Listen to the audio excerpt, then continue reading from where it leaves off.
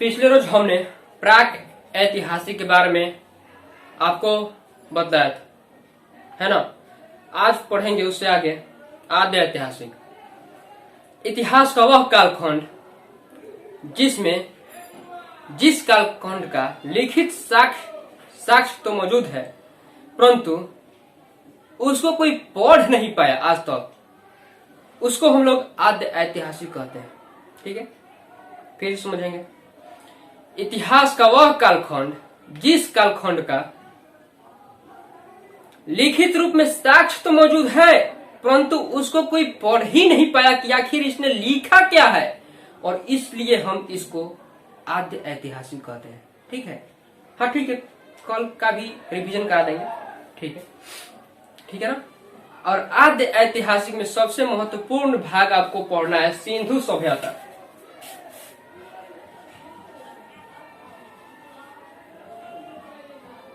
सिंधु घाटी सभ्यता के बारे में पढ़ना है।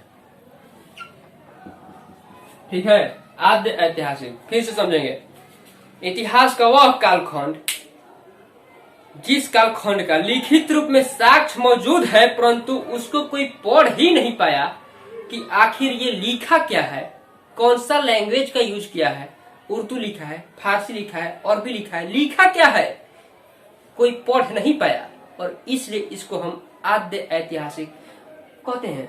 ठीक है, आप में से भी कुछ ऐसे बॉयज होते हैं कि जिसका जो लिखता तो है, परंतु हैंडराइटिंग उसका इस प्रकार से बनता है कि क्या लिख रहा है इस बारे में जानकारी प्राप्त नहीं होती है हमें। ठीक है ना, पता ही नहीं चल पाता है कि आखिर उसने लिखा क्या है। ठीक है, वही बात है। नहीं देखिए, डॉक्टर जो है ना, डॉक्टर अपना कोडिंग वर्ड लिखता है। डॉक्टर जो कुछ भी लिखता है पर्चे पर, वो कोड के अनुसार लिखता है, उसको लोग समझ जाता है। ठीक है ना, हाँ वो समझ जाता है। डॉक्टर लोग, एक डॉक्टर दूसरे डॉक्टर का कोडिंग के अनुसार लिखता है, और इसलिए उसका राइटिंग हैंडराइटिंग क्या लिखा है सब कुछ समझ में आता है। परंतु ये जो है आद्य ऐतिहासिक, इस कालखंड में लिखना तो लोग जान गए थे, परंतु क्या लिख रहे थे इसको कोई पढ़ ही नहीं पाया आज तक, और इसलिए इसको हम लोग आद्य ऐतिहासिक कालखंड कहते हैं। ठीक है, इस कालखंड में हम लोग सबसे महत्वपूर्ण बात सिंधु घाटी सभ्यता के बारे में पढ़ेंगे। देखिए, सिंधु एक बहुत ही लंबी और विस्तृत नदी थी, आज भी है। ठीक है ना, और इसकी बहुत सारी सहायक नदियां है। सहायक नदी उसको कहते हैं जो किसी नदी की सहायता करता है, मतलब जिसका जलस्तर जाकर के किसी दूसरे नदी में मिल जाता है, और मिल करके दोनों साथ साथ आगे की तरफ प्रवाहित करते हैं, उसको हम लोग सहायक नदी अर्थात हेल्पिंग रिवर भी कहते हैं। ठीक है ना, तो सिंधु नदी की बहुत सारी सहायक नदियां हैं, जैसे में झेलम, चेनाब, रावी, ब्यास, सतलज, इस तरह की घाघरा, बहुत सारी इसकी सहायक नदियां हैं। ठीक है ना, और सब नदी जाकर के लास्ट में ये सभी नदियां सिंधु में ही मिल जाती है, और इसलिए इसको हम लोग सिंधु की सहायक नदी कहते हैं। ठीक है, तो क्या होता था कि उस जमाने में आद्य ऐतिहासिक कालखंडों में लोगों ने खेती करना प्रारंभ कर दिया। खेती करना तो आपका नवपाषाण काल में ही कर दिया था। ठीक है ना, परंतु उस जमाने में उतना पंपिंग सेट वगैरह उपलब्ध ना था, और यही कारण है कि नदियों के किनारे, मान लीजिए यह नदी है, इसे जलस्तर प्रवाहित हो रहा है, सिंधु नदी है। ठीक है,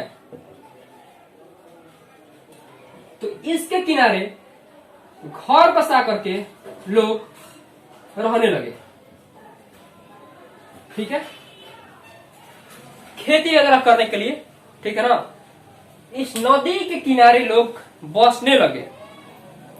ठीक है, धीरे धीरे धीरे धीरे ये बहुत गांव के रूप ले लिया, गांव से शहर, शहर से नगर, नगर से महानगर, इस तरह से सिंधु नदी या फिर घाघरा नदी, झेलम नदी, रावी नदी, ब्यास नदी, ठीक है, कृष्णा नदी, कावेरी नदी, ताप्ती नदी, ये सभी सिंधु नदी की क्या है, सहायक नदियां है। इसमें से किसी भी नदी के किनारे ये लोग बसते तो लास्ट में वो नदी जाकर के सिंधु में ही मिलती थी, और ये इसलिए ये आपका सिंधु घाटी सभ्यता कहलाया। समझ में आया? चूंकि उस जमाने में कोई पंप खेती करने के लिए पंपी सेट, दमकल, हार्वेस्टिंग वगैरह जैसी सुविधा उपलब्ध न था, और यही कारण है कि लोगों ने नदियों के जल से खेती करना प्रारंभ किया। और खेती करने के लिए आप जानते हैं कि एक जगह अस्थायी रहना बहुत ही आवश्यक है, ठीक है ना। और यही कारण है कि उस जमाने में सिंधु नदी के जल से अपने खेत को विस्तृत किया, खेती करना प्रारंभ किया, और उसी सिंधु नदी के किनारे ये लोग बसना प्रारंभ कर दिए। और इसलिए इसको हम लोग सिंधु घाटी सभ्यता के नाम से भी जानते हैं। जैसे बिहार हो गया, तो बिहार में आपका गंगा नदी, पुनपुन नदी, कोसी नदी, घाघरा नदी, इस तरह की नदियां प्रवाहित होती है बिहार में। परंतु लास्टली अंत में ये सभी पुनपुन, घाघरा, कोसी, सोन सब जाकर के गंगा में ही मिलती है। और इसलिए बिहार को गंगा नदी घाटी का इलाका या फिर गंगा नदी घाटी का क्षेत्र भी कहा जाता है। ठीक है, understand? Whereas you better understand, ठीक है ना। ये है आपका सिंधु घाटी सभ्यता, समझ में आया? परंतु देखिए क्या हुआ था कि आदि ऐतिहासिक काल में लोगों ने लिखना तो जान लिया था, परंतु पढ़ना नहीं जानता था। ये क्या लिख रहा है, कौन सी भाषा का यूज करके लिख रहा है, किस भाषा में लिख रहा है, ये सब बातें किसी को आज तक समझ में नहीं आया। परंतु इन्होंने चित्रकारी जरूर सीख लिया था आदि ऐतिहासिक काल में।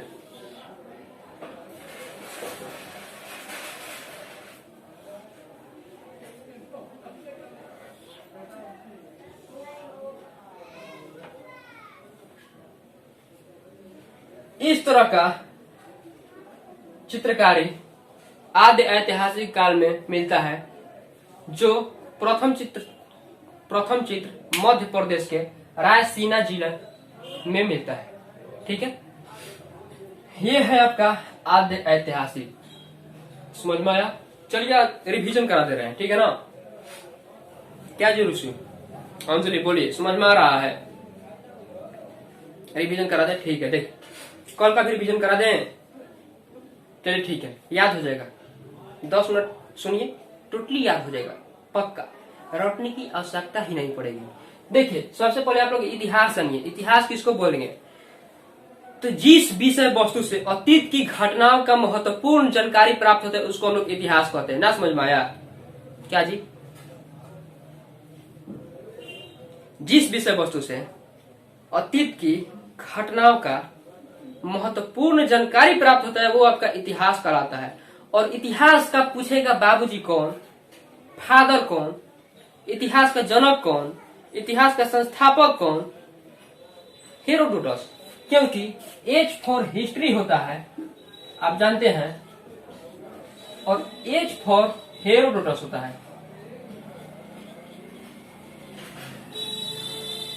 चूंकि इतिहास का वर्णन हेरोडोटस ने ही किया था, और यही कारण है कि हेरोडोटस को ही इतिहास का जनक कहा जाता है।